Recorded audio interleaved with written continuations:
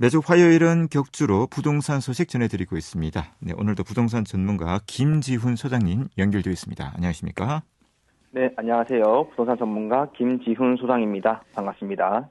네, 기준금리가 연속으로 인하가 됐습니다. 한국은행 금융통화위원회는 지난 28일 열린 통화정책회의에서 기준금리를 연 3%로 0.25%포인트 인하했습니다. 자, 한국은행이 시장의 예상을 뒤집고 기준금리를 내리면서 부동산 시장에서는 좀 긍정적인 반응을 보이고 있는데요. 자, 하지만 시장에서 이 금리 인하만큼 1%대로 내려온 내년 성장률 전망치를 주목하고 있는 것 같습니다. 자, 가계 부채보다도 경기 부양에 좀 더 무게가 실렸다는 그런 평가가 있는데, 자, 이와 관련해서 좀 자세하게 살펴보도록 하겠습니다. 네, 말씀해 주신 것과 같이 기준금리가 인하되어 연 3%로 조정됐습니다. 2회 연속으로 금리를 내린 것입니다. 한국은행은 이날 경제 전망에서 내년 성장률을 1.9%로 하향 조정하기도 했는데요. 이는 지난 8월 전망치 2.1%에서 0.2% 내려간 수치입니다. 또한 2026년 전망치는 1.8%로 제시하며 내후년에도 경제 성장이 어렵다고 판단했습니다. 한국 경제가 저성장 국면에 접어들 가능성이 있음을 시사하는 것인데요. 도널드 트럼프 미국 대통령 당선 이내 보호무역주의와 관세 인상 등으로 국내 수출 기업이 타격을 입을 수도 있다는 분석이 깔린 것으로 보입니다.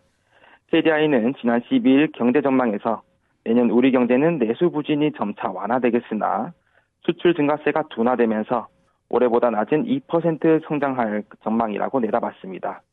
당시 KDI는 트럼프 공약 실현 정도와 속도에 대한 불확실성도 있다며 무역 분쟁이 급속히 격화되면서 글로벌 경기에도 상당한 하방 압력으로 작용할 가능성이 존재한다고도 언급했습니다. 더불어 한은에서는 올해 소비자 물가 상승률 전망치를 기존 2.5%에서 2.3%로 0.2% 하향 조정했습니다. 내년 소비자 물가 상승률 전망치도 2.1%에서 1.9%로 낮추기도 했습니다. 최근 환율이 다소 상승했지만 국제 유가가 우려했던 것보다는 안정세를 나타내고 있으며 농산물 가격 상승세도 둔화함에 따라 전망치를 수정한 것으로 보입니다. 네. 경기 부진 우려가 커지며 한국은행에서 시장의 예상을 깨고 연속으로 금리 인하 결정을 내린 것으로 보여지는데요. 자, 부동산 시장의 안정세를 위해서는 무엇보다도 금리 인하가 좀 필요했던 상황이었습니다. 이 부분은 어떻게 보십니까? 네, 부동산 시장에서는 한국은행의 금리 인하를 긍정적으로 보고 있습니다. 현재 은행권에서 인위적으로 가상금리를 높여 연 4% 수준의 대출금리가 내려갈 여지가 생겼기 때문인데요. 한국은행이 전날 발표한 10월 금융기관 가중평균 금리에 따르면 주담대 금리는 4.05%로 전월 대비 0.31% 올랐습니다. 지난해 12월 이후 처음으로 4%를 넘어선 것입니다. 이는 은행권이 가계대출 관리를 위해 가상금리를 인상한 영향입니다. 다만 부동산 시장에서는 금리 인하의 효과는 크지 않을 것으로 분석됩니다. 통상 기준금리가 인하되면 대출금리가 하락하며 부동산 가격 상승으로 이어지지만 최근에는 강화된 대출 규제로 인해서 부동산 시장 회복에는 과연 영향을 미칠지가 미지수이기 때문입니다.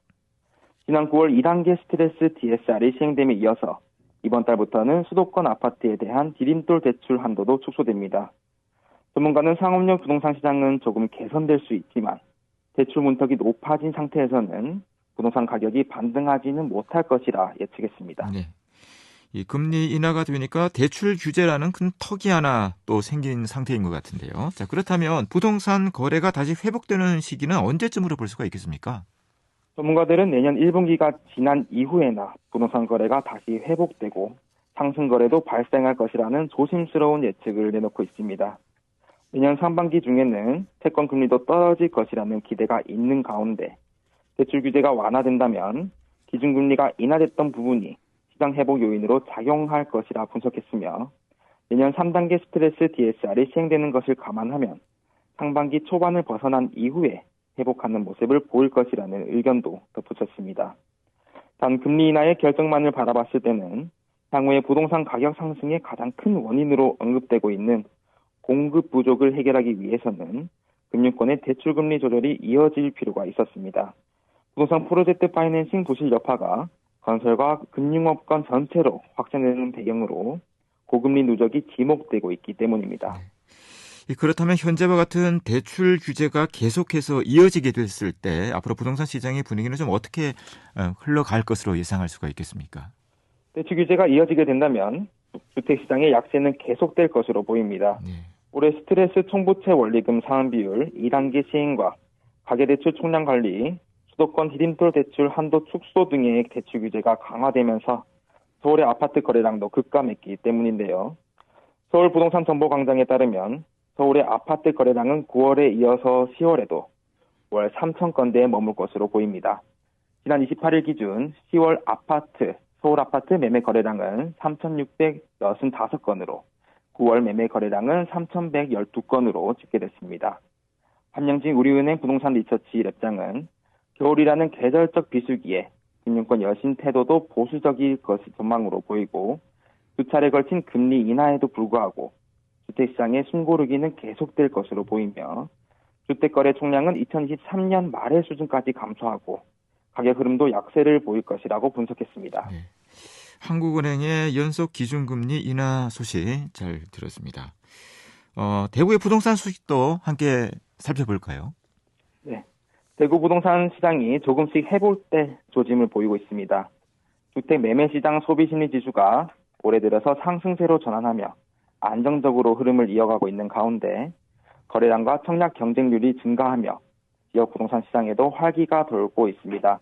하지만 아직 모든 대구, 경북의 부동산이 아닌 주거 선호도가 높은 지역을 중심으로 신고가가 나오고 있으며 시장의 분위기를 주도하고 있는 모습입니다. 27일 국토연구원 자료에 따르면 지난해 12월 대구의 주택 매매시장 소비심리지수는 95.8로 하락세를 기록했으나 올해 들어서 상승 전환하는 긍정적인 흐름을 이어가고 있다고 밝혔습니다. 올해 1월 소비심리지수는 101.3으로 상승한 뒤에 3월에는 102.6을 기록하며 상승세를 지속했습니다.